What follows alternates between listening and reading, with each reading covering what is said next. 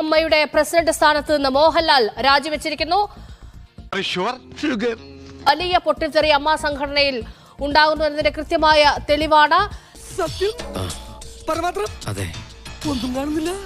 ഈ സംഘടനയിൽ ഒരു നവീകരണം വേണം എന്നത് ഇപ്പോൾ മോഹൻലാലിനും ഇപ്പോൾ രാജിവെച്ച അമ്മയിലെ ഭാരവാഹികൾക്കും ബോധ്യപ്പെട്ടിരിക്കുന്നു എന്നതാണ്. അമ്മയുടെ വൈസ് പ്രസിഡന്റ് ജഗദീഷ് ഉന്നയിച്ച വിഷയം അതിന്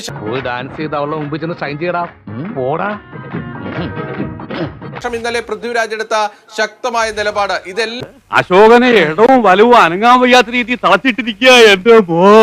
പറഞ്ഞതുപോലെ നവീകരിക്കുക മാത്രമല്ല, അതായത് കെൽപ്പുള്ള പുതിയൊരു നേതൃത്വം അമ്മയ്ക്കുണ്ടാകും എന്നുള്ളൊരു ശുഭപ്രതീക്ഷയിലാണ് ഞങ്ങൾ.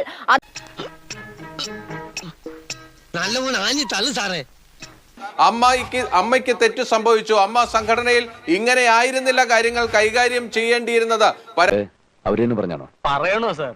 ആ സ്ത്രീയുടെ മുഖം കണ്ടാൽ അറിയില്ലേ, മുഖം മനസ്സിന്റെ കണ്ണാടിയാണെന്നാണ് പനങ്ങോട് മാസ്റ്റർ എന്നെ പഠിപ്പിച്ചിട്ടുള്ളത്. കമ്മിറ്റി റിപ്പോർട്ടിൽ കൃത്യമായൊരു നിലപാടെടുക്കാൻ ആദ്യഘട്ടത്തിൽ അമ്മയ്ക്ക് കഴിഞ്ഞില്ല. ഇരകൾക്കൊപ്പം നിൽക്കാൻ കഴിഞ്ഞില്ല.